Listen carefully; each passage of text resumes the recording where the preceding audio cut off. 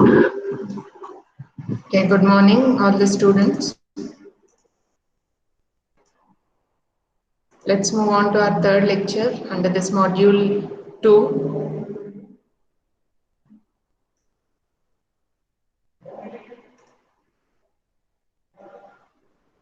Okay, in the last class, we have seen concepts on cloud and big data. How initially cloud was an unsuccessful technology, but later due to business challenges faced by the companies, how it has been adopted by many companies in order to maintain some competitive edge with their counterparts in the market.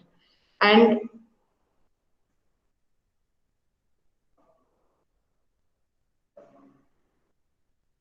we have also covered on predictive analytics and software as a service business intelligence. Now in today's class, we are going to cover on mobile business intelligence, crowdsourcing analytics, and inter and trans firewall analytics. You can see this, right? Mobile business intelligence. Student? No, ma'am. No, ma'am. Again, No, ma'am. It's showing first. First slide only. Yes, ma'am. First slide. Now Okay, we can. Ma'am. yeah, Yes, ma'am. yeah.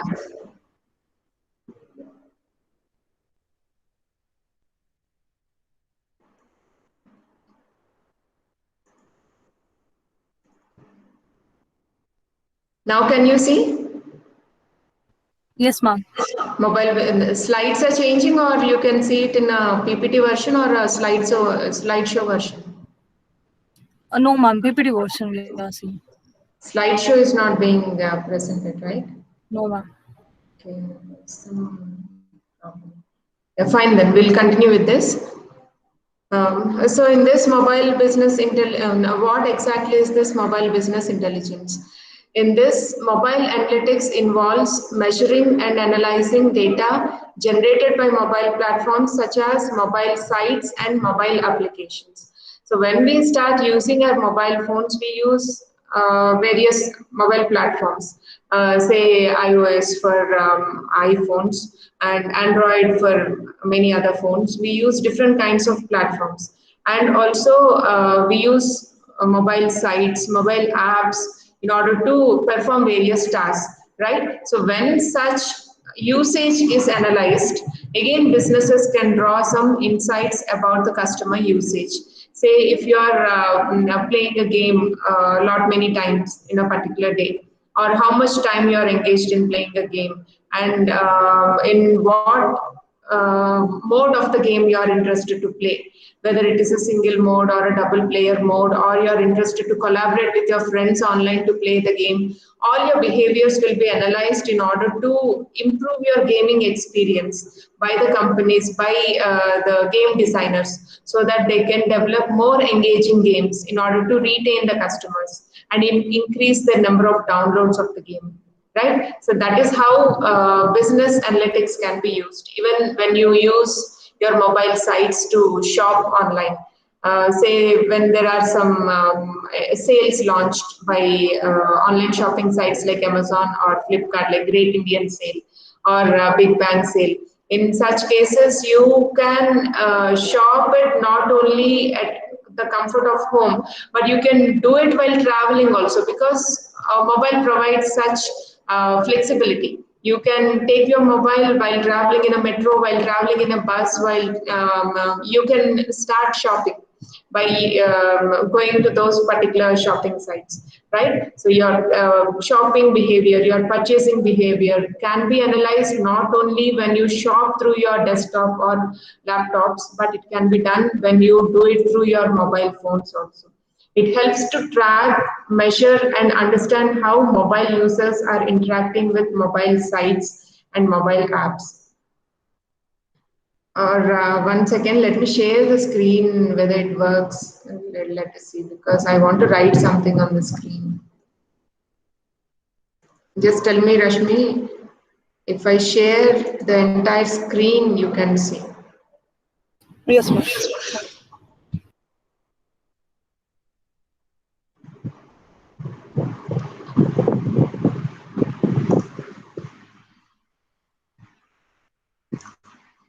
Now you can see the screen, changing of the Yes, ma'am. slides. Yes, ma'am. Yes, ma'am.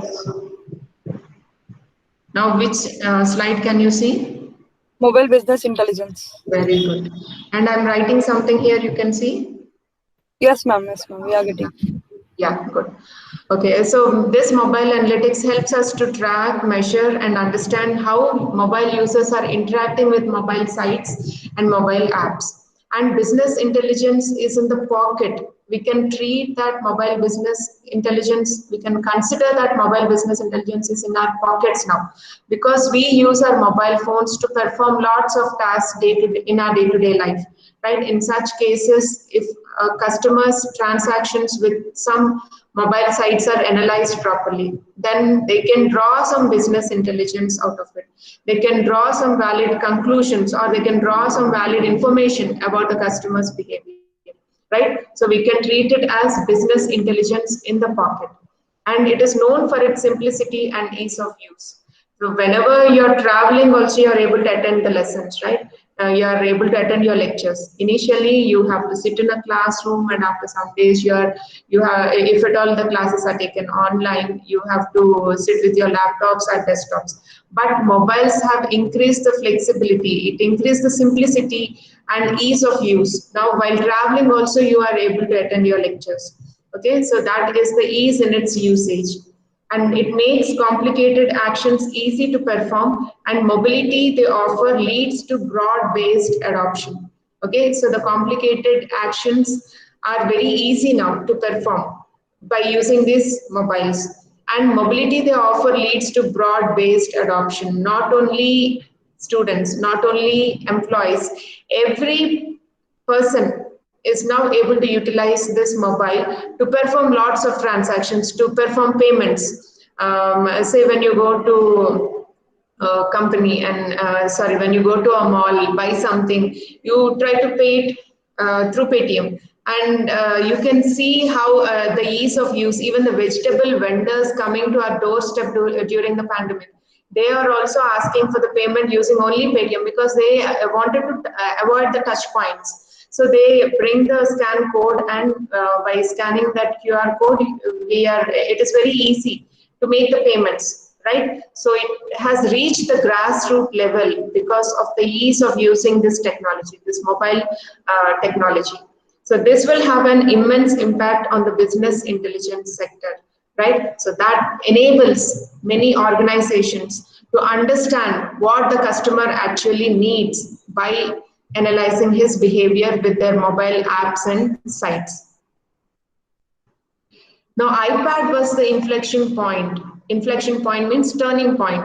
iPad was the inflection point when mobile business intelligence started to become mainstream.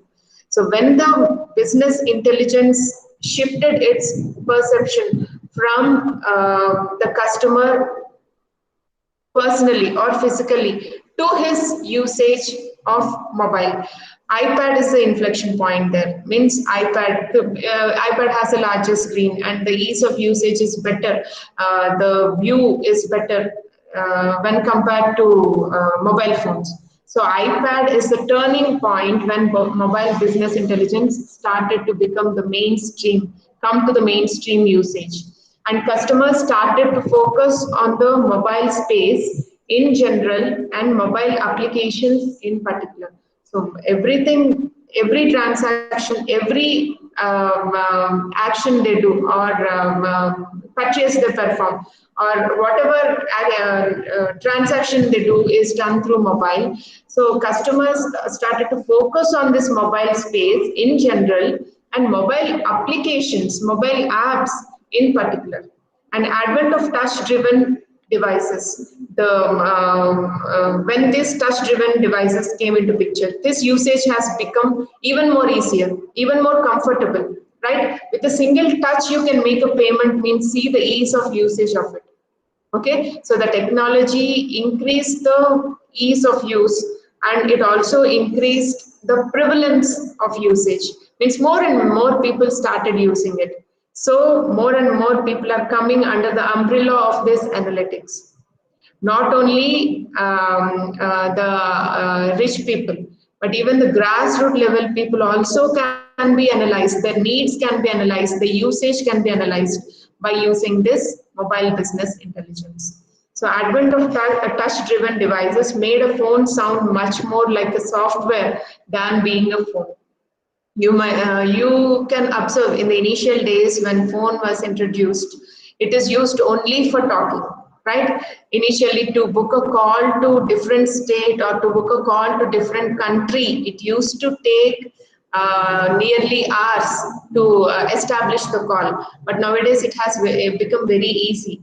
And phone is not being only used for talking, but it is used for many other purposes also. It is being treated more like a software which serves many requirements than being a phone. And it became prevalent because of its power, flexibility, creativity, and innovation. You can see Apple phones, how many new features they are introducing. Now, phone can be used as much as a desktop, right? As good as a desktop. Whatever a desktop, whatever a laptop can perform, even a phone is able to do. You can make PPTs, you can store your different wallets, you can store your boarding passes when you are boarding a plane. Lots of features have been added. So it became prevalent. Mobile business intelligence came into picture because of the prevalence of the mobile's power, flexibility, creativity, and innovation. And the combination of touch screen and software-oriented device is what has unlocked the potential of these devices. Explore the new avenues which are possible in this with this combination of touch screen and software-oriented devices.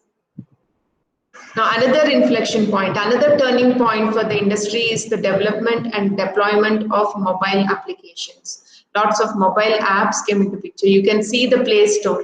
Daily, lots and lots of apps are being added to the Play Store to be downloaded for various purposes. And initially, it was carrier control to push out a mobile application as the development environments were proprietary. Initially, when the development environments were proprietary, if you want to launch a mobile app, you should do it according to the interests of the vendors, not according to the interests of the customers. But that is why initially it was carrier control to push out a mobile application. But because of launch of these app stores, Play Stores, Google Play Stores, you can simply develop an app, put it on the Play Store and see how quickly it is being downloaded by the people, right? So when app stores and efficient browsers came into picture, developers can directly go to the end user. Developers can directly go to end user without the mediation or without the involvement of any proprietary vendors as middleman or as mediators. Okay, so mobile business intelligence gives insights into purchasing patterns as well as ability to take action. So mobile business intelligence, the data of the customers that is being analyzed will give valuable insights, in-depth insights about the purchasing patterns of the customers, as well as what action to take in order to meet their requirements, in order to increase the user experience. Okay, so what is the example for this? Mobile apps of many online shopping sites. You can see the mobile apps of many online shopping sites, right? And sometimes you receive a message, this much discount is offered on this particular company. So you can click this short link that is provided. You can do it immediately from your mobile phone, which will take you to that shopping site where the offers are available. So before you are able to change your mind about buying something, you're forced to buy it, right? That is achieved by this mobile business intelligence. Customers' location, customers' purchasing pattern, customers' frequency of purchase, everything will be analyzed in order to retain the customers and gain profits to the organization. So what are the three factors that are impacting this mobile business intelligence? Location, the GPS component, and the location. So where exactly is the mobile phone now? Last week, at this point of time, You are near Pizza Hut and you have purchased a pizza.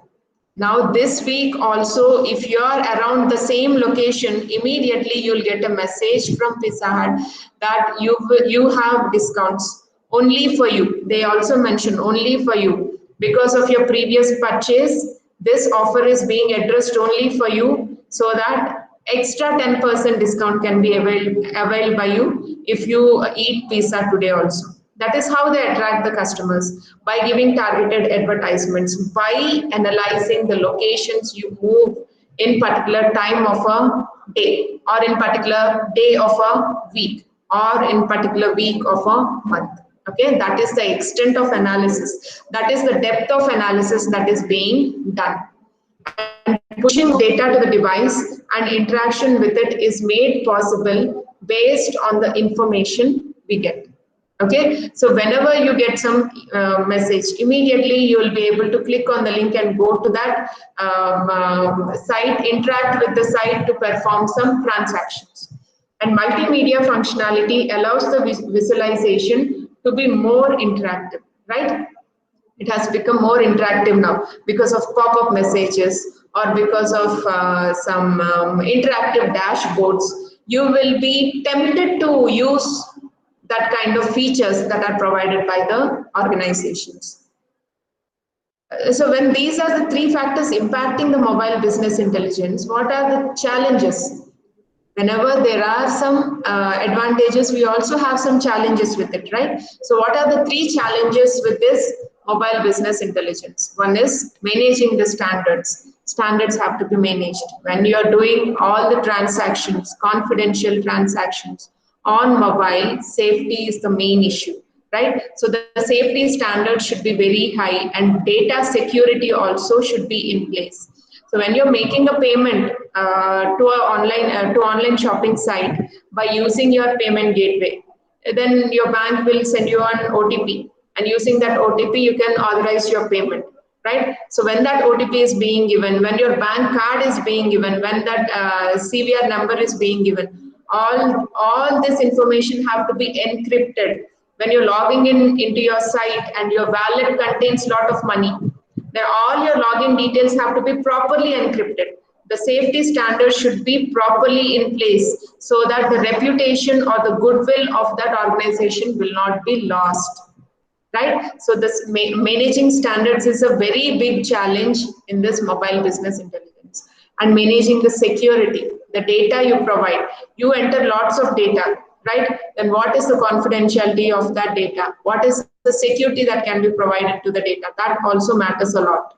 And managing bringing your own device. Now companies say rather than they providing the devices, they say bring your own device, right? So when you're bringing the own device, that device will have organization's data. When organization's data is being put into your device and it crosses the organization's boundaries, then there is always concern about the organization's data confidentiality, right? So that also have to be maintained.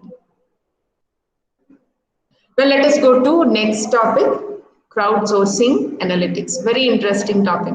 Crowdsourcing of analytics, crowdsourcing of expertise, collaboration, joint collaboration of the expertise. Okay, it is a disruptive business model. It hasn't been explored in the previous days. It's a disruptive business model. It has created a history. It has created a trend in the market because of this crowdsourcing analytics. Let us see how. Process of it is nothing but the process of finding wise voices of the crowd and then turn the input from these sources into actionable insights to companies.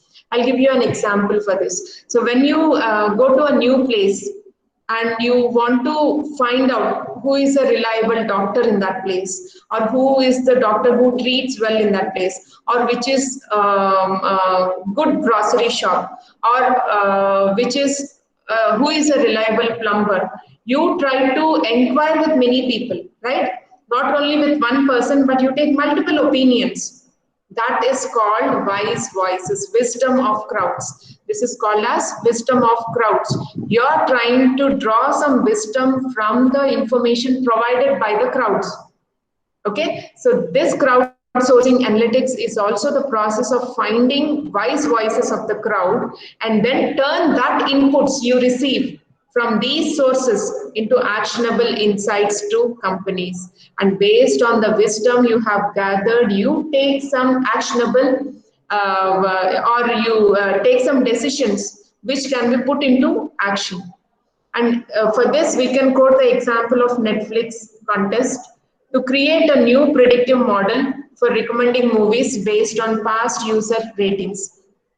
Previously, before some days, Netflix announced a competition to create a new predictive model for recommending movies based on its past user ratings. So analyzing the user ratings that are given in the past, whether a recommender engine can be designed, whether a model for recommending movies can be designed, which would match the interests of a new user.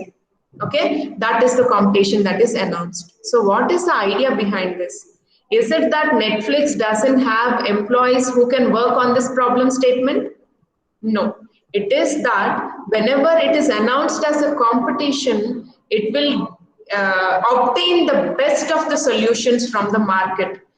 They don't completely rely on the internal sources, but they also try to grab the expertise from the external sources outside the organization. Okay, that is the idea or essence of announcing such kind of crowdsourcing competitions. Crowdsourcing means crowd is collaborating. The expertise from the crowd is being taken. The idea behind is to find an opportunity to realize additional model lift, which would translate into huge top line revenue. So they wanted to lift their present model. They wanted to lift the performance of their present predictive model so that if the user preferences are being matched with what the search engine recommends, with what the recommendation engine recommends, in such cases, user experience will be enhanced. So he will immediately suggest the usage of Netflix or subscription to Netflix to other customers. So they also tend to subscribe for Netflix. That is how they increase their customer base.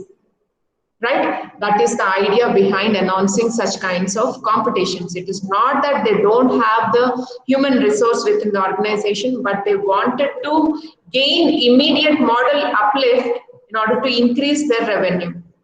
So Netflix serves as an example as innovator of this crowdsourcing idea by announcing such kind of competitions, and also strengthens the idea that any organization can't always have the best and brightest internal people. This is what I said. The organizations may not always have the best people to give solutions to the problem statements at hand. To solve all their business problems, the expertise may not be available. In such cases, announcing this kind of competitions may invoke some competitive spirit in the crowd, which they try to collaborate in order to provide the solutions. An open competitive environment can be created with clear goals and rules. So whenever a competition is announced, then a competitive environment will be created where the teams start working in a healthy environment to compete with each other in order to provide the best solution. Okay, that is the idea. And they have clear goals and rules to be followed.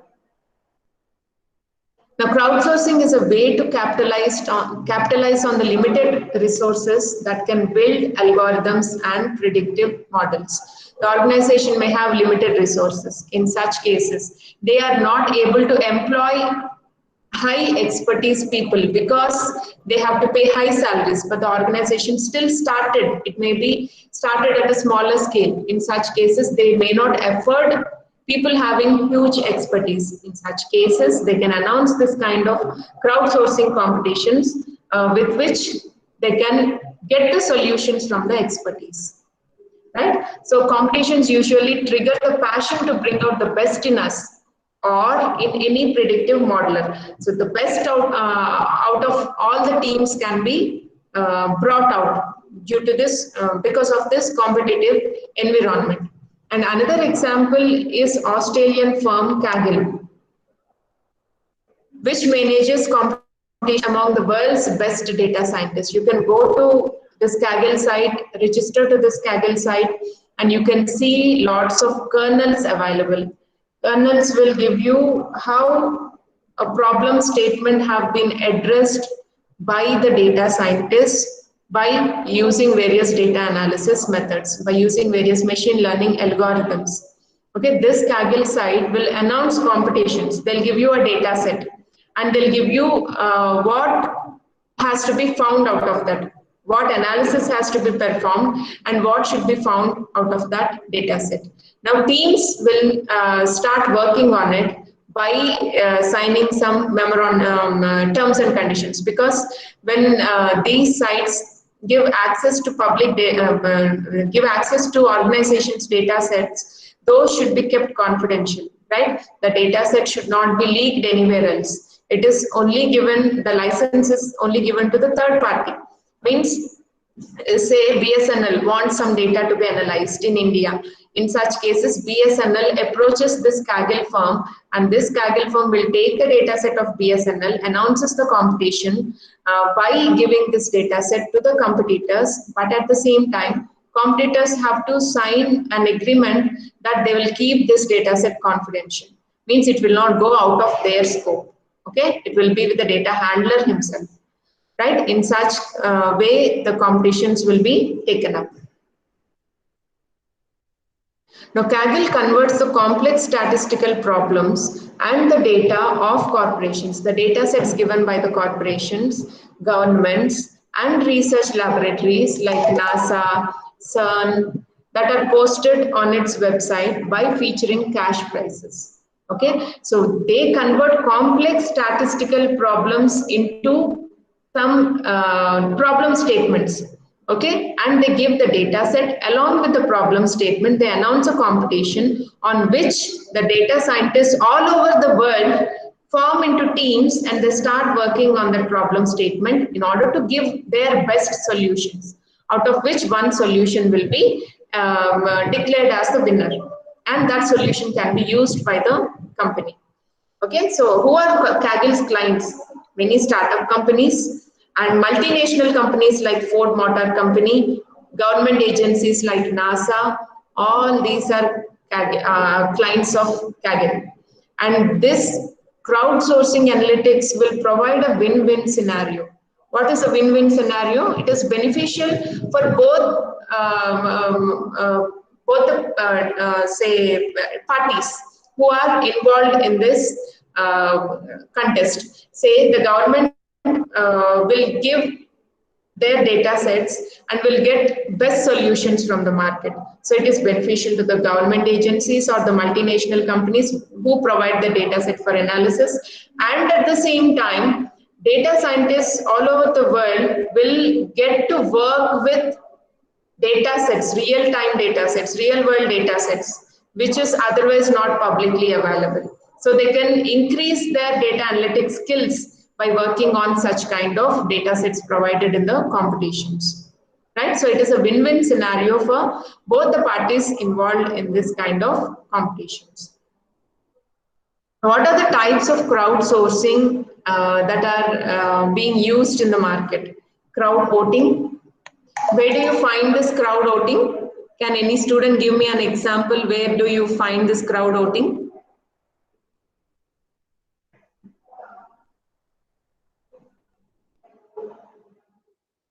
Bhavisha? Ma'am? Where do you find crowd voting? Like if we take analysis from social medias. Okay. Reality shows. Yeah. When you take Big Boss show or when you take Indian Idol, they ask for providing the votes to the competitors, right? And they also set it as one of the criteria to declare the winner. So whoever gets more votes, whoever participant gets more votes, they can be declared as the winner by taking into consideration other criteria also. But this can be set as one of the criteria. Crowd voting. People try to vote to decide who can be the winner of a competition. Okay, and crowd purchasing. Say if you ask a vendor from a far off place to provide his goods to us with only one customer, the price may be very high. But all people in our community start buying from the same seller, then he may tend to reduce the prices. Okay, so when you try to crowd purchase something, then you are trying to purchase it in bulk. When you're purchasing it in bulk, obviously the prices can come down because the profit can be reaped at a single location. So the transportation, all these extra overheads can be covered when crowd purchasing is done, right? So rather than a single person purchasing, if crowd purchasing is performed, lots of extra benefits lies both for the seller as well as the buyer. That is called as crowd purchasing. And wisdom of crowds.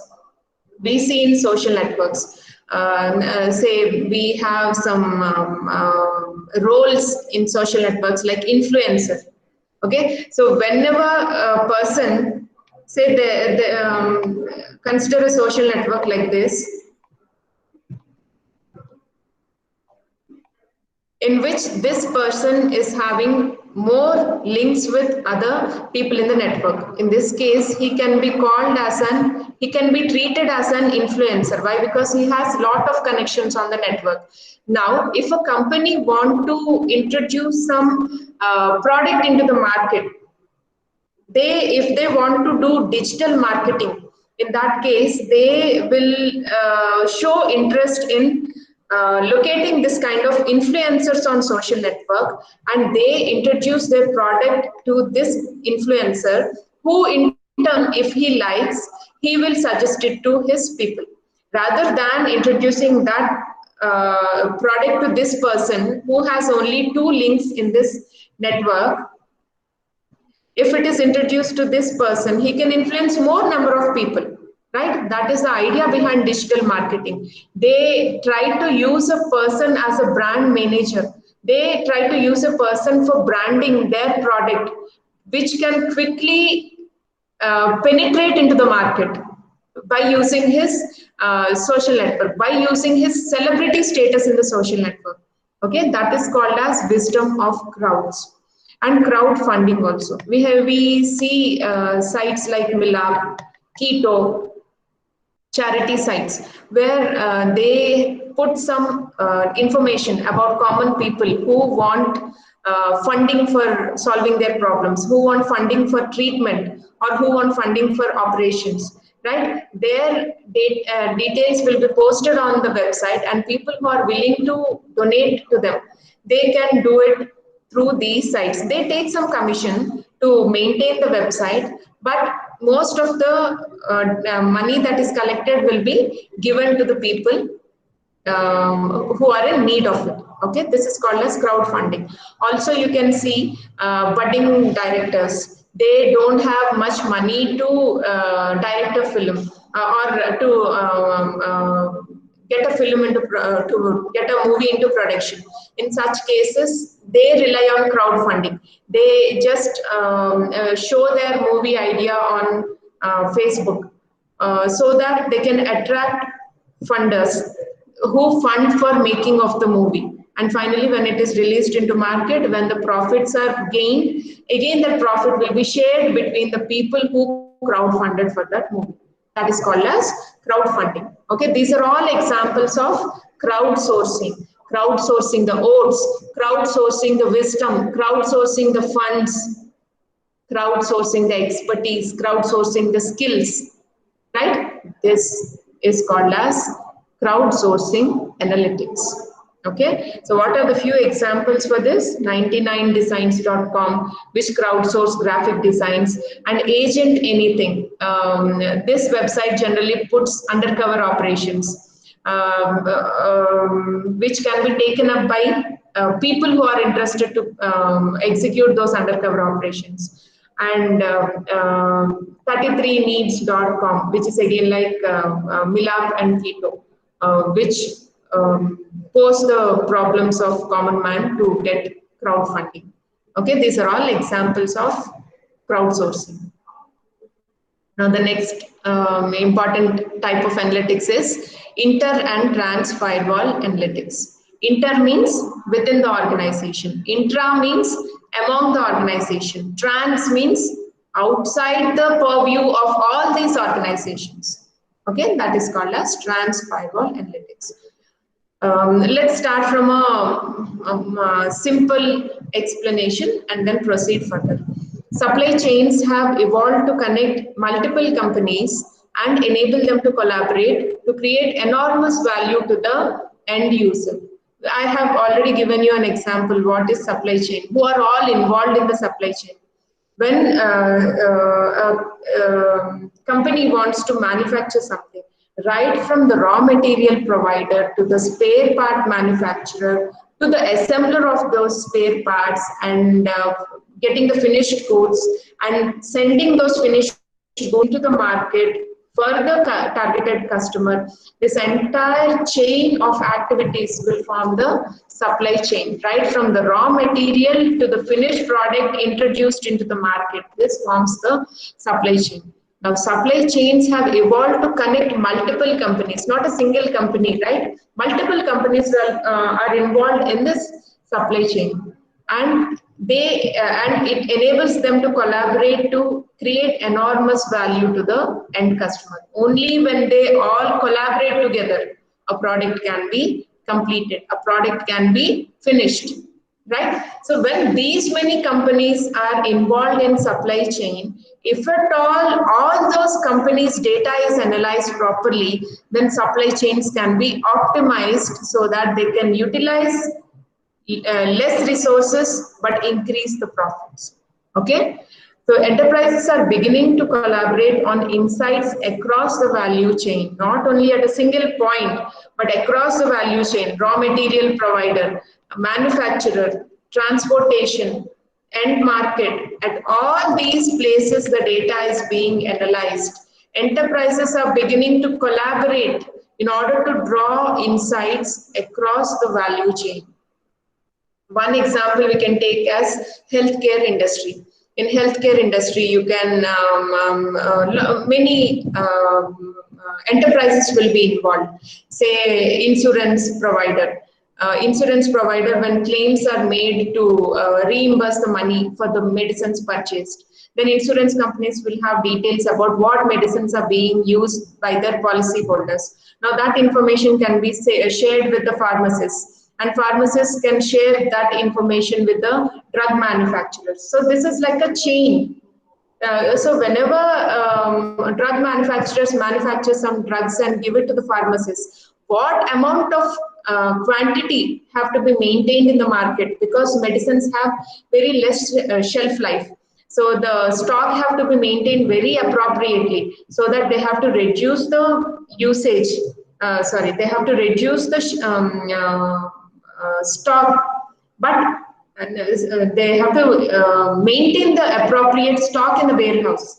So because some medicines have less shelf life, they can't be stored for a long time. And some medicines have to be stored very carefully under refrigerated conditions. All this requires some additional cost, right? So all these resources can be utilized appropriately when proper analysis exists between this insurance providers, drug manufacturers, and pharmacists, along with the healthcare providers like doctors or medical professionals. If all of them collaborate together, then it will be a smooth play in the market to maintain proper supply of medicines. Okay, so not necessarily this inter and trans firewall and this analytics is not necessarily limited to companies within the traditional demand value supply chain. Remember, demand supply value chain consists of only some companies, but analytics should not be limited to only those companies. Analytics can also expand outside the boundaries, and they can take help of other public data also, not only limited to the companies in the demand supply value chain, but they can take data from the companies outside the supply chain also. Example, retailer and a social media company coming together to share insights on customer behavior that will benefit both. Now, normally when a company starts analyzing data about the customer, their behavior with respect to purchases made with the retailer will be analyzed. But if their social media data is also harnessed, connected with this retailer purchase data, then more insights can be drawn about the purchasing behavior of a customer. Right? So some companies are working on leveraging the large volumes of data outside the firewall, not only within the company, but outside the firewall. Outside the company also, the data is being used, such as social media data, location data, and so on. The GPS location data is important. Social media data is important. What sentiment is exhibited by that customer on that particular day with respect to their product. If they are able to analyze that, if the customer is having a positive sentiment, that sentiment can be taken to understand how he is responding with respect to their product usage by the organization. Right? So that will give some valuable insights. Okay, the customer is happy with my product, or the customer is not so happy with my product, or the customer is suggesting my product to somebody else. Means the customer is satisfied with the product. Okay, this kinds of insights can be drawn by using social media data along with the purchase data that exists with the retailer. Now, what is the trend that is going on in the market? Trend is to move from intra to inter and trans firewall analytics. Initially, in previous days, what was the scenario? The analytics are functional silo-based analytics. Silo-based means isolated within the company. The analytics used to be performed only within the department of a company. And again, if it has another department, the analytics are performed only within the department. But today, what is happening? Intra-firewall analytics with data within the firewall. So within the firewall, across the departments, the data is being analyzed, not only within the department, not only isolated within the department, but analytics across the departments within the organization is taking place. But tomorrow, is it the same trend that will continue? No. Collaborating on insights with other companies to do inter-firewall analytics. Leveraging the public domain spaces to do trans-firewall analytics. So collaborating on insights with other companies. Say in this company is connecting with another company in order to complete a supply chain for manufacturing the goods. In such cases, not only the data between the organizations, not only inter-firewall analytics. Inter means say this is a company, if the analytics are performed within the company, it is called as inter-firewall analytics. But if they collaborate with other companies, then it is called as intra-firewall analytics. Intra means between the companies. Intra means within the company. I'm really sorry. Intra means within the company, and inter means across the companies. Analytics is being done, and if it is using any social media data or location data or any other external data, then it is called as trans-firewall analytics. It is exceeding its boundaries. It is crossing its boundaries to get the data to perform the analysis. Okay, so tomorrow what would be the trend is collaborating on insights with other companies, which is called as inter-firewall analytics, and leveraging the public domain spaces to do trans-firewall analytics across the companies as well as public domain data is taken in order to draw some insights into their customers. Okay, so this is depicted in this diagram. See, in this case, we can see within the organization, the data is being transferred. Okay, this is called as within various organizations. This is called as inter-firewall analytics. But when they start collaborating with the same kind of companies, then it is called as intra-firewall analytics in order to perform the analytics. Say if you take Andhra Bank example, if the bank is analyzing the data within their branch itself, then it is called as intra within the branch and with the same under the same bank with different branches. Then it is called as inter-firewall and intra-firewall. Okay, they are interacting within the branch, they are analyzing the data within the branch and they are analyzing the data across the branches under Andhra Bank. That is called as inter-firewall and intra-firewall analytics. But if they also analyze social media data of their customers, if they also analyze web analytic, web behavior, trends data of their customers, if they also analyze retail spend data of their customers, if they also analyze location data of their customers, then it is called as trans-firewall analytics. Not only the data within the bank, not only the data across the branches of their bank, but they are trying to use the data outside the purview of their bank, outside the boundary or scope of their bank. That is the customer data, his social media data also is being analyzed in order to understand whether a customer will be a defaulter or not. In such cases, it is called as trans-firewall analytics, right?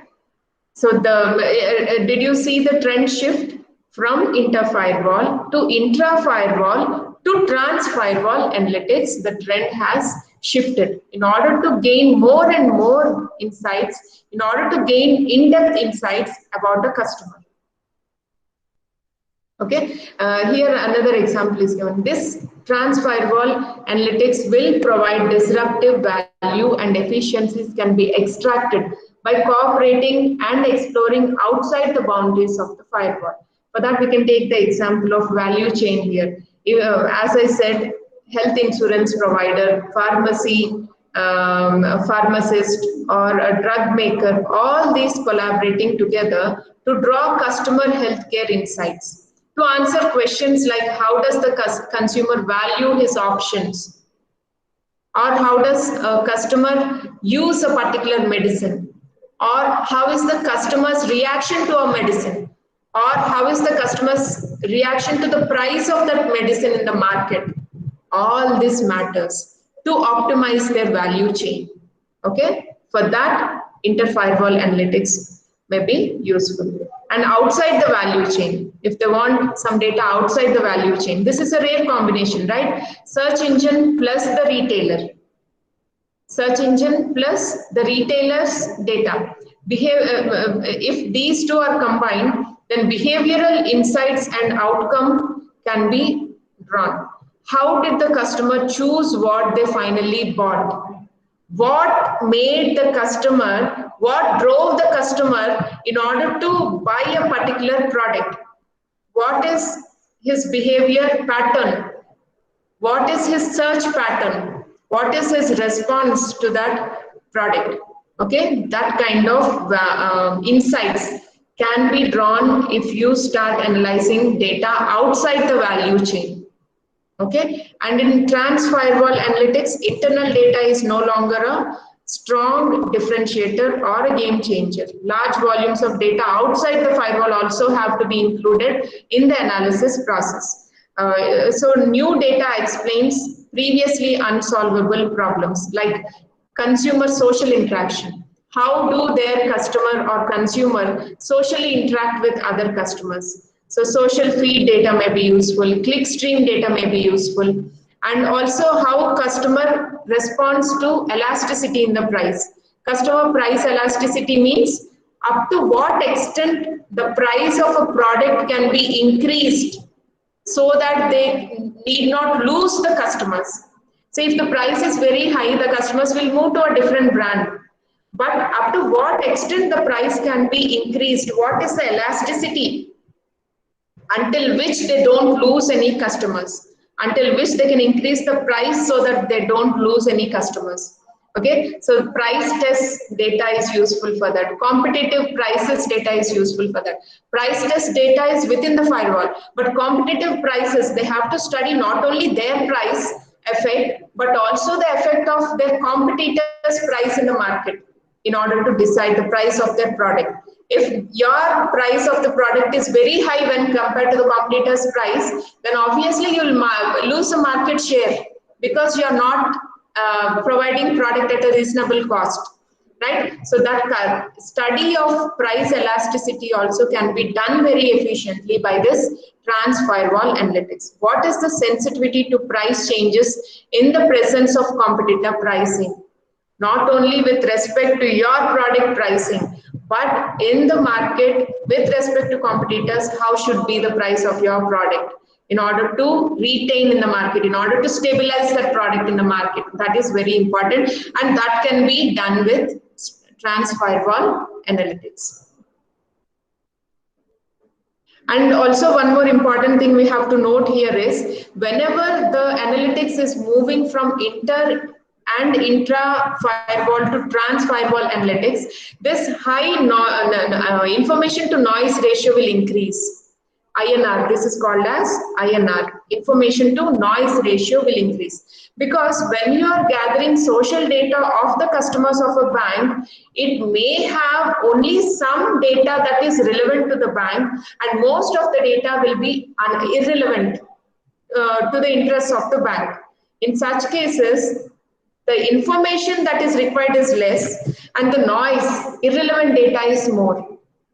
Okay, that is called as information to noise ratio. So when you're moving from inter to trans firewall analytics, this information to noise ratio increases. So if there are effective technologies that are put in place to reduce this information noise ratio and capture only relevant data, then this would be a good business intelligence model.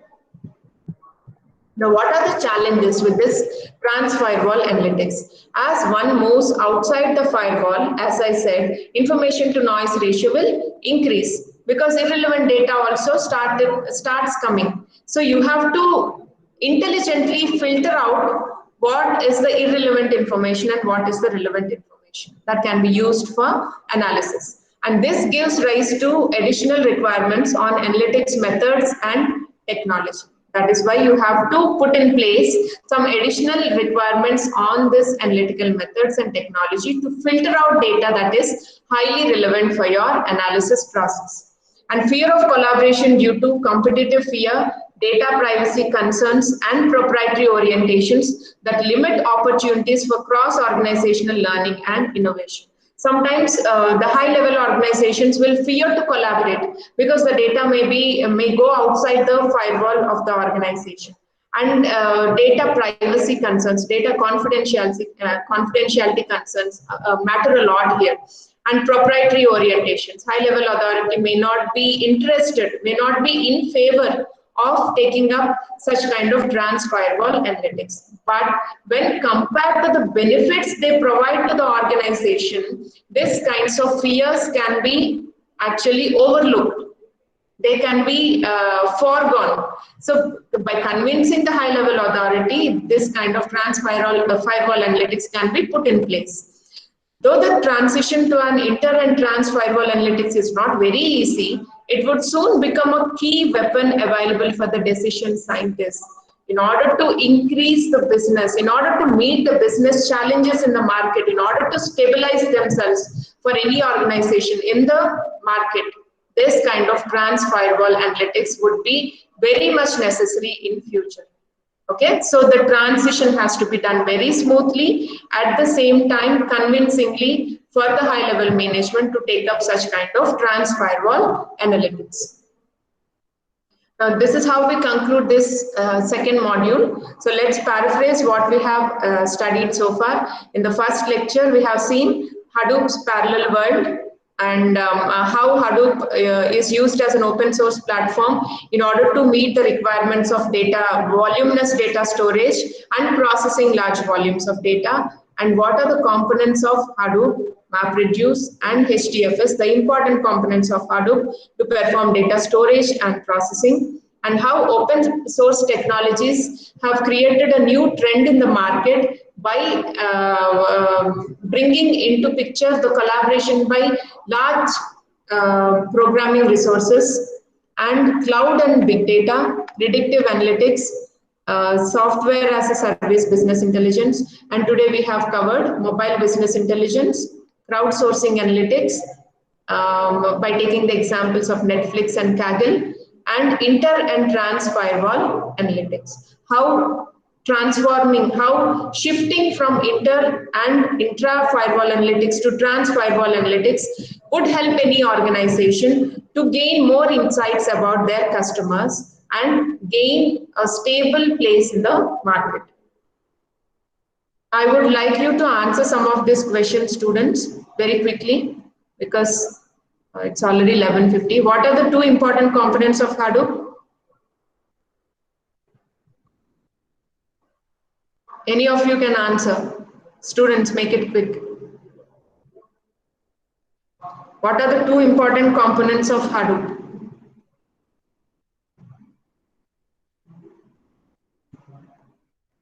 Ginger Singh? HDFS and MapReduce. Very good. Who is this? Bhavisha. Who is this? Who answered? Bhavisha. Bhavisha, very good. HDFS and MapReduce. HDFS is used for storage and MapReduce is used for processing of the data. What are the three characteristics of Hadoop? Sunil? Scalable. And I would like others to answer. Open source. Characteristics of Hadoop. Okay, it is open source. Ma'am, highly available. Scalable. Scalable. also it's fast in processing, ma'am. It is fast in processing. Yes, ma'am. Okay, fault tolerant. Fault tolerance. Very good. Fault tolerant. Elastic. Very low cost, ma'am. Very low cost. Very good. And it's feasibility, ma'am. Data storage service. Yeah, data storage service is available at a cheaper cost. Scalable, reliable. Scalable, reliable, and fault tolerant. Okay. What is purpose of Hadoop? HDFS? Purpose of HDFS is to? Disk failure. Okay. Storage of data. Corruption. Very good. Corruption. It handles data corruption. It handles Restores the data. It Restores the data. restores the data. Mainly it is used for storing the data while handling such kind of disturbances that happens to the storage. And purpose of MapReduce?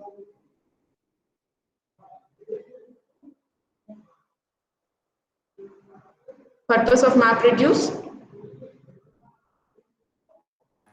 To delegate the work to the nodes, processing done at the node side, and all the results will be consolidated again to give a comprehensive result to the client. Okay, we'll anyway study about these two components in detail in 4th and 5th modules. So what are the features of open source technology? Any two features? Not controlled by anyone. Very good. Not controlled by any vendor. Economic and low cost. It is economic and of low cost. Any Flexible. annual Defined by maintenance its is community of users. very good. It is collaborated by community of programmers. And any maintenance fee is required? Any annual maintenance fee is required for this open source technology? Ma'am. No. Yes. It is not required. Very good. I'm happy you're all following the classes properly.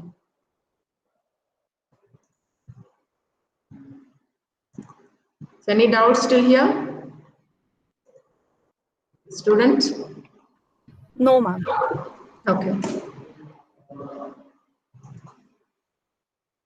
So can you mark your attendance on the chat box? I'll see the chat and mark the attendance. It's already time for next class. Okay. Just mark your names on the chat box and join for the next class.